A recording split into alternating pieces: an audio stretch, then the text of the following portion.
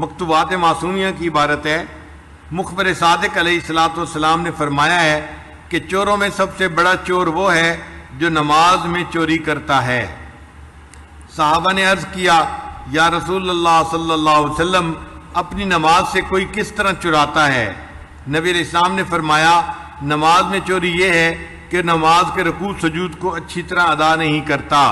نیز نبی علیہ السلام نے فرمایا کہ خدائے جل شانہ اس شخص کی نماز کی طرف نگاہ اٹھا کر بھی نہیں دیکھتا جو رکوع اور سجود میں اپنی پیٹھ کو ثابت یعنی سیدھا نہیں رکھتا۔ اور نبی علیہ السلام نے ایک شخص کو نماز ادا کرتے ہوئے دیکھا کہ رکوع و سجود پوری طرح ادا نہیں کر رہا، تو آپ صلی اللہ علیہ وسلم نے اس سے فرمایا کیا تو اللہ تعالیٰ سے نہیں ڈرتا؟ اگر تو اسی عادت پر مر گیا تو دین محمدی پر تیری موت نہیں آئے گی۔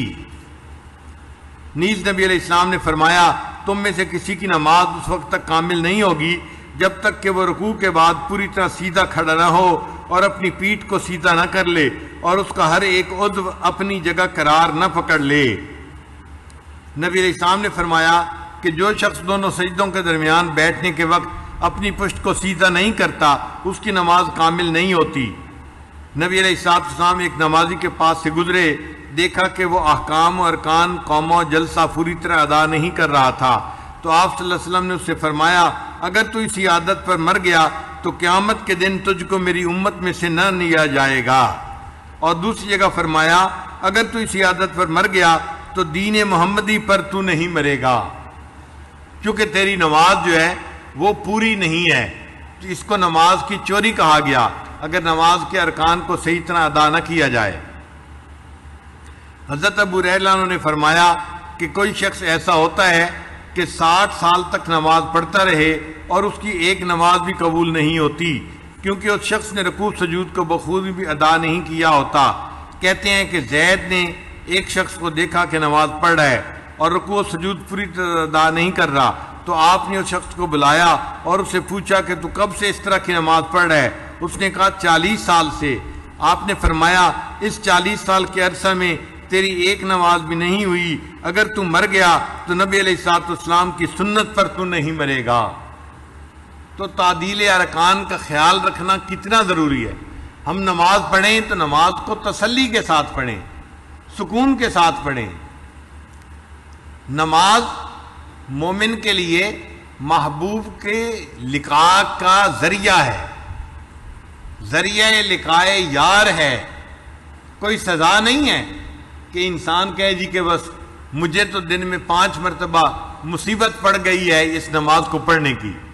اللہ رب العزت نے اپنے پیارے حبیب صلی اللہ علیہ وسلم کو عرشوں پہ بلایا معراج کے لیے۔ اب جو کسی محبوب کو گھر بلائے اور اس کو تحفہ دے تو اپنی طرف سے بہترین تحفہ دیتا ہے۔ اللہ رب العزت نے اپنے پیارے حبیب صلی اللہ علیہ وسلم کو عرشوں پہ بلا کے ان کو نماز کا تحفہ عطا فرمایا۔ پہلے ایک دن میں 50 نمازیں فرض ہوئی تھیں۔ آپ سوچیں ایک دن میں 50 نمازیں پڑھنی ہوتی تو ہم تو مصلی پہ بیٹھے رہتے۔ پھر نبی علیہ السلام نے اللہ رب العزت سے درخواست کی کہ میری امت کے لیے آسانی کر دی جائے، 45 کر دیں، 40 کر دیں، حتیٰ کہ اللہ تعالیٰ نے آخر پر فرمایا آپ کی امت 5 نمازیں پڑھے گی، ان کے نام اعمال میں 50 نمازیں پڑھنے کا ثواب لکھا جائے گا۔ نماز اچھی طرح ادا کرنے پر نماز نمازی کے لیے اچھی دعا کرتی ہے، ورنہ نمازی کے لیے بد دعا کرتی ہے۔ منقول ہے کہ جب مومن بندہ نماز اچھی طرح ادا کرتا ہے اور اس کے رکوع و سجود بخوبی لاتا ہے تو اس کی نماز بشاشت والی اور نورانی ہوتی ہے۔ فرشتے اس نماز کو آسمان پر لے جاتے ہیں اور وہ نماز اپنے نمازی کے لیے اچھی دعا کرتی ہے اور کہتی ہے حافظک اللہ سبحانہ کما حفظتنی، اللہ تعالیٰ تمہاری حفاظت کرے جیسے تم نے میری حفاظت کی۔ اور اگر نماز کو اچھی طرح ادا نہیں کرتا تو وہ نماز ظلمت والی رہتی ہے، فرشتوں کو اس نماز سے کراہت آتی ہے اور اس نماز کو آسمان پر نہیں لے جاتے، اور وہ نماز اس نمازی کے لیے بد دعا کرتی ہے اور کہتی ہے ضیعک اللہ تعالی کما ضیعتنی، اللہ تعالیٰ تمہیں اسی طرح ضائع کرے جس طرح تم نے مجھے ضائع کر دیا۔